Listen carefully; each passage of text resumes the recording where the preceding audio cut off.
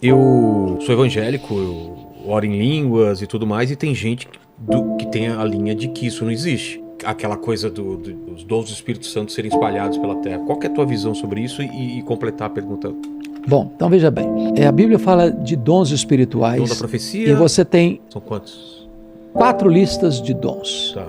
Você tem, aliás, 5 listas de dons. Você tem Romanos 12, você tem 1 Coríntios 12, você tem 1 Coríntios 14. São trechos que falam sobre isso. Que tratam do assunto de dons espirituais. Efésios 4 e 1 de Pedro 4. Então são 5 textos da Bíblia que lidam com isso. Então, alguns entendem que esses dons chamados dons de sinais, dom de profecia, dom de cura, dom de línguas, cessaram.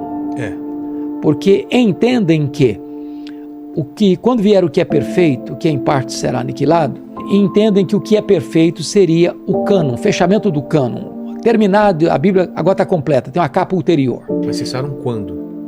No momento em Cristo? Com o advento dos apóstolos, depois dos apóstolos, teria cessado. O que eu pessoalmente entendo? Eu entendo que os dons são contemporâneos, mas não entendo, sou cessacionista, não entendo que aquilo que as pessoas chamam do dom é dom. Por exemplo, entendi. Não creio que dom de profecia é eu dizer para você, meu servo, como se eu estivesse trazendo uma revelação nova para você. Entendi. Isso não é dom de profecia. Isso é o quê? Dom de profecia na Bíblia é expor as Escrituras. É quando você abre a Bíblia, explica a Bíblia, prega a Bíblia, Entendi. aplica a Bíblia. Isso é dom de profecia. Isso existe. Isso existe. Tá. Eu não creio, por exemplo, que o dom de apostolado é que hoje tem os apóstolos. Não, eu creio que nós tivemos os apóstolos e que hoje nós temos o dom de apostolado. Diferente. Eu não creio que o dom de línguas, do jeito que se usa hoje, tem amparo nas Escrituras no seguinte aspecto. Primeiro, não creio que a evidência do batismo com falar em línguas, que a evidência do batismo com o Espírito Santo é falar em línguas. Ah, tá, concordo. Segundo, não necessariamente uma pessoa que é batizada no Espírito Santo tem que falar em línguas. Depois, eu não creio que a prática está sendo usada de acordo com o que ensina Paulo. Porque o que Paulo ensina? O que Paulo ensina? Paulo não proíbe falar em línguas, mas ele diz que tem que ser no máximo 2 ou 3, um depois do outro, e que haja intérprete. Ele diz, eu prefiro falar na igreja 5 palavras que todo mundo entenda que falar 10 mil que ninguém entenda. Então o que você tem visto às vezes nas igrejas?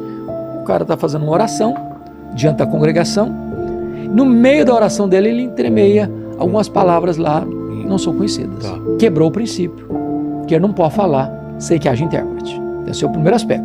Aí você está numa congregação... Porque senão não tem uma função prática. Não tem prático, não tem inteligência. Tem alguém falando uma coisa que ninguém entende e não tem alguém para interpretar. Exato. Então uma congregação reunida. Porque a língua, na teoria, é para edificação própria, não para os outros. Eu vou entrar nesse ponto aí. Vou entrar nesse ponto aí. Tá a congregação toda e todo mundo começa a falar. Está errado, porque tem que ser com ordem. Tem que ser no máximo 2 ou 3, um depois do outro, e que haja intérprete. Então, se a prática está errada, não deva funcionar. Agora, mais ainda, é muito comum você escutar a seguinte interpretação: a pessoa está falando em língua, e a outra diz, meu servo, e começa a dar uma mensagem de Deus para a pessoa interpretando as línguas. Está errado de novo. Por que está errado de novo? O que Paulo diz? Quem profetiza, fala a homens.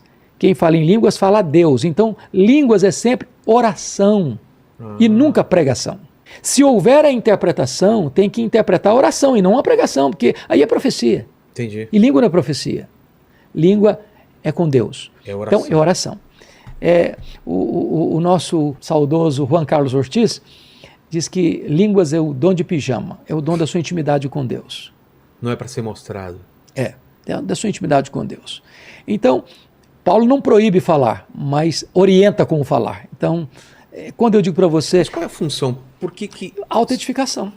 Para autoedificação. É por isso que na colocação de Paulo é o dom menos importante. Porque todos os dons são dons para edificação do corpo. Se não houver interpretação, não vai edificar o corpo.